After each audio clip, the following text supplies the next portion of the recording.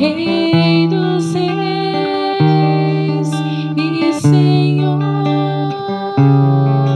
te entregamos o nosso viver. Rei dos reis e Senhor, te entregamos o nosso viver pra te adorar, ó Rei dos reis.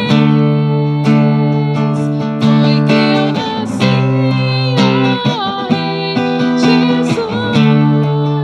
Meu prazer é te louvar, meu prazer é estar nos átrios do Senhor.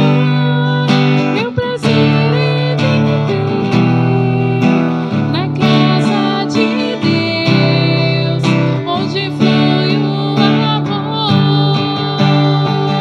pra te adorar, ó Rei dos reis. Foi que eu nasci, ó Rei Jesus.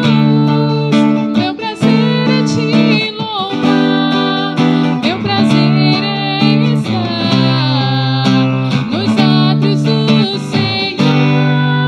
Meu prazer é viver na casa de Deus, onde flui o amor. És teu prazer e meu louvor, ministrado louvor em espírito e em verdade, onde flui o amor. A graça e a paz do nosso Senhor Jesus Cristo seja com todos vocês, meus irmãos. Amém? Nós vamos, mais uma vez, meditar um pouco em um pequeno trecho do sermão desse domingo. Hoje nós vamos trabalhar os versículos 7 e 8 de Atos, capítulo 1. Ali nós vimos o Senhor Jesus Cristo dando algumas ordens à igreja e, nesse sentido, existem alguns pontos nesses dois versículos que precisam ser melhor abordados para que possamos compreender a essência da ordem de Cristo Jesus e o motivo pelo qual ele fez as coisas dessa maneira. Então, abra comigo sua Bíblia em Atos capítulo 1, dos versículos 7 e 8, e vamos fazer essa leitura. Nos diz assim a palavra do Senhor. Respondeu-lhes: não vos compete conhecer tempos ou épocas que o Pai reservou para a sua exclusiva autoridade, mas recebereis poder ao descer sobre vós o Espírito Santo, e sereis minhas testemunhas, tanto em Jerusalém, como em toda a Judéia e Samaria, e até os confins da terra. Este trecho ele está inserido nessa narrativa de início e de aguardo, início da Igreja de Cristo e de espera pela confirmação final da obra de Cristo na capacitação dos seus discípulos. Os discípulos eles já estavam sendo capacitados durante um período de aproximadamente 40 dias. Depois da ressurreição de Cristo, que foi o início dessa confirmação aos discípulos, eles foram ensinados por Cristo Jesus durante muito tempo. Ele provou a eles a respeito da sua ressurreição, ele ofereceu provas até mesmo mais profundas do que a própria aparição, como por exemplo a Tomé, quando ele permitiu que ele o tocasse, que ele sentisse as suas feridas e que assim ele pudesse ver e ter a convicção de que Cristo Jesus havia ressurreto dos mortos. Anjos apareceram, eles foram visitados em diversos lugares, foram várias as aparições. Pedro teve o seu próprio chamado restaurado, quando, depois de negar a Cristo Jesus 3 vezes, Jesus se aproxima dele, de outros discípulos ali, enquanto eles estavam pescando, e depois de uma conversa com ele, ele reafirma o chamado de Pedro por 3 vezes, convidando-o a pastorear as suas ovelhas. Nesse sentido, são 40 dias de confirmação e de capacitação dos discípulos, para que a sua fé fosse confirmada, para que a sua confiança em Cristo pudesse ser mais uma vez fortalecida, mas acima de tudo isso, ainda era necessário que algo mais acontecesse para que eles definitivamente estivessem preparados para o seu chamado de propagação do reino de Deus. E é isso que acontece enquanto eles estão ali por 10 dias depois que Cristo Jesus sobe aos céus até a descida do Espírito Santo. Eles permanecem aguardando, eles permanecem esperando a promessa de Cristo Jesus de que o seu Espírito viria. E esse Espírito, segundo o próprio Cristo nos diz aqui no versículo de número 8, ele viria sobre eles com poder. Eles receberiam um Espírito e esse Espírito traria poder à sua igreja. Poder para que eles pudessem oferecer o serviço devido ao Senhor. E a ideia que está sendo veiculada aqui é exatamente essa. O poder da igreja, ele está não nas ações humanas ou nas convicções que nós possuímos, mas sim na ação que o Espírito Santo realiza por meio da igreja de Cristo Jesus. Você pode ser um grande conhecedor da obra do Evangelho, você pode ser um conhecedor das Escrituras, mas se o Espírito do Santo de Deus não agir em você e através de você, a obra ela sempre será ineficaz, porque é a ação do Espírito na sua igreja que oferece a ela o poder necessário para que o Evangelho de Cristo Jesus transforme almas e transforme corações, convertendo-os do pecado à santidade, da perdição a Cristo Jesus, o Salvador, e assim restaurando-lhes a paz com Deus. Nesse sentido, o Espírito é o agente que possuímos hoje na igreja.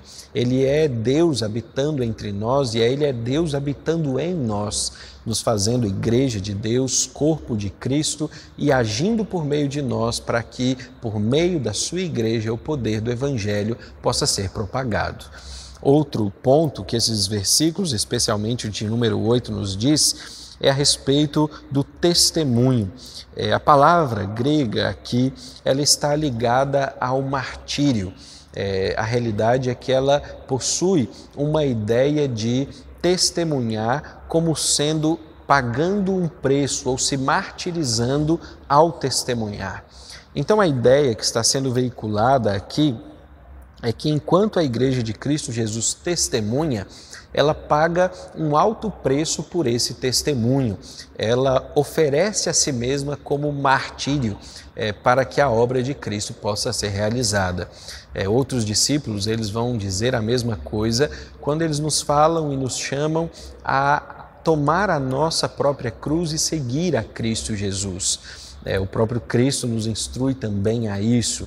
É necessário que nós nos deixemos para trás todos os nossos desejos, as nossas convicções, os nossos pensamentos, as nossas vontades, tudo que fique para trás, para que a obra de Cristo Jesus e para que o reino de Cristo Jesus seja propagado pela sua igreja. É muito fácil vermos isso na vida de alguns crentes, como por exemplo aqueles que oferecem a sua vida ao trabalho missionário. Quantos missionários nós não conhecemos ou já ouvimos falar que ofereceram muito mais do que simplesmente o seu tempo e o seu dinheiro para a obra do Evangelho. Tantos foram enviados a tribos distantes, tiveram que caminhar dias e dias no meio da mata para chegar até aquelas tribos, tiveram a dificuldade da linguagem, passaram por perigos no meio da floresta e também passaram pelo medo da própria morte, como acontece em muitas circunstâncias, quando os povos, ao verem pessoas de outros lugares chegando, simplesmente atiram a sua fúria contra eles, pensando que seriam algum tipo de inimigos. Existem muitos casos de missionários que, ao serem enviados a algumas tribos, os primeiros, eles não conseguiram realizar nenhum tipo de obra missionária ali, mas a sua vida foi ceifada de forma prematura.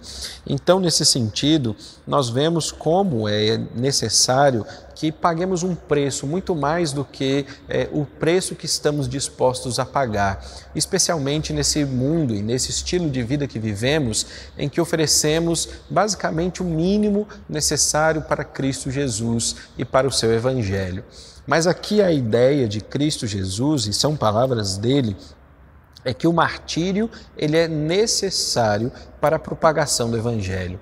Você necessariamente vai deixar de fazer coisas que você gosta, deixar de comprar coisas que você gostaria ou precisa, deixar de fazer ações ou de realizar atos que tragam alegria ao seu coração ou que encham a sua mente, o seu corpo de alegria ou usufruir dos seus próprios desejos, para que tudo isso fique de lado enquanto você dedica tudo o que você tem e o que você é ao testemunho e à obra de Cristo Jesus. Nós temos que compreender que necessariamente para testemunharmos do amor de Cristo, nós temos que sair da nossa zona de conforto. Nós temos que abandonar aquelas questões que estão relacionadas ao nosso próprio bem-estar e nós temos que abrir mão dele para que Cristo Jesus possa ser propagado por meio da sua igreja. É impossível que o Evangelho se propague se nós mantivermos-nos calados e fechados. Se nós nos encontrarmos apenas, por exemplo, nos cultos públicos e se as nossas ações estiverem todas relacionadas a isso, é impossível que a gente realize qualquer tipo de ação evangelística fora ou em outro lugar. Se nós não estamos dispostos a dedicar o nosso tempo, o nosso dinheiro, tempo que nós poderíamos usar, por exemplo, para o nosso próprio benefício, ou entretenimento, ou tempo com a família ou com os amigos, nós não vamos conseguir realizar a boa obra do Evangelho. Nós temos que entender que para poder propagar e testemunhar o nome santo de Cristo Jesus, você tem que ir aos perdidos, você tem que sair do lugar onde você está, você tem que ir buscá-los e pregar o Evangelho àqueles que precisam ouvir o Evangelho. Nossa função e o nosso chamado não é falar do amor de Deus para os crentes. Eles já conhecem o Evangelho de Cristo Jesus. Nosso chamado é pregar o Evangelho de Cristo Jesus àqueles que não o conhecem, para que o perdido seja encontrado, para que o morto receba vida e seja nova criatura em Cristo Jesus. Exatamente por isso, Jesus enfatiza que o martírio ele é completamente necessário para que nós possamos realizar essa boa obra de salvação na vida do descrente. Entendendo assim, nós podemos compreender então que aqui Cristo Jesus realiza dois tipos de trabalhos em nós. Ele primeiro nos capacita na confirmação da nossa fé e no derramamento do seu Espírito sobre nós. Nós temos todas as condições necessárias para a propagação do reino. Você tem o poder do Espírito Santo em você, você tem o próprio Deus agindo por meio de você quando você fala do amor do Senhor. E isso é completamente suficiente para que você realize a sua boa obra. Você não precisa fazer um curso de teologia ou se aprofundar mais, ou como muita gente pensa, precisa conhecer mais o Evangelho para falar do amor de Deus. Não, você nasce capacitado para pregar o Evangelho ao perdido, da mesma maneira como você foi transformado pela palavra de Deus e pelo seu Espírito, nós também somos capacitados a testemunhar desse amor por meio da obra que o Senhor realiza em nós. Nesse sentido, sinta-se capacitado e agora assuma a sua própria responsabilidade, a responsabilidade de agir para o benefício do reino, para atuar na obra do Evangelho de Cristo Jesus. Vamos orar, feche os seus olhos, falaremos mais uma vez com o nosso Deus. Senhor, nós somos gratos ao Senhor pelas Escrituras Sagradas e pela instrução que ela nos oferece. Nós somos gratos porque o Senhor nos prometeu e o Senhor cumpriu, que o Espírito do Senhor viria sobre nós e viria para nos capacitar à obra que o Senhor nos tem chamado. Somos gratos porque o Seu Espírito em nós fala aos nossos corações, às nossas mentes e nos instrui quanto à maneira que nós devemos agir e seguir. E por isso, Deus, nós pedimos que o Seu Espírito cada vez mais atue em nós para que possamos testemunhar do Seu amor e da Sua obra de redenção a esse mundo carente e necessitado do Evangelho de Cristo Jesus. Usa-nos, Deus, da maneira como o Senhor quiser. Nesse tempo, Deus, que nós possamos ter a audácia do Seu Espírito e do Senhor, para que nós não nos calemos diante das coisas que têm acontecido ao nosso redor. Que nós não permitamos, Deus, que aqueles que estão se perdendo ao nosso redor, eles vão ou partam desse mundo sem conhecer o amor de Cristo Jesus ou serem evangelizados por meio da Igreja de Cristo. Mas nos dá ferramentas, nos dá maneiras para que possamos chegar até eles, seja abrindo, Deus, os corações deles, atenderem nossas ligações ou receberem algum tipo de chamada de vídeo, alguma forma, Deus, que eles se disponham a ouvir o Evangelho por meio da sua igreja. E aqueles, Deus, que ainda podemos alcançar presencialmente, mesmo que diante das situações que temos vivido, a gente ainda consiga, Deus, propagar o reino de Cristo Jesus a todos eles.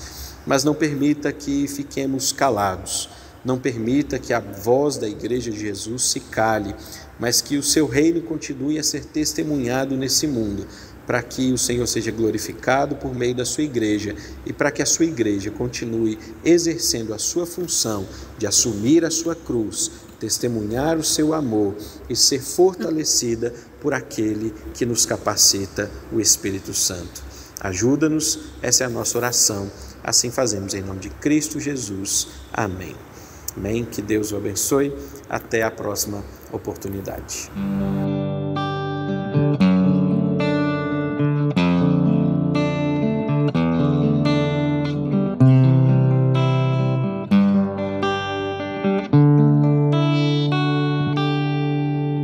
Ao Rei dos Reis consagro tudo o que sou, de gratos louvores transborda o meu coração.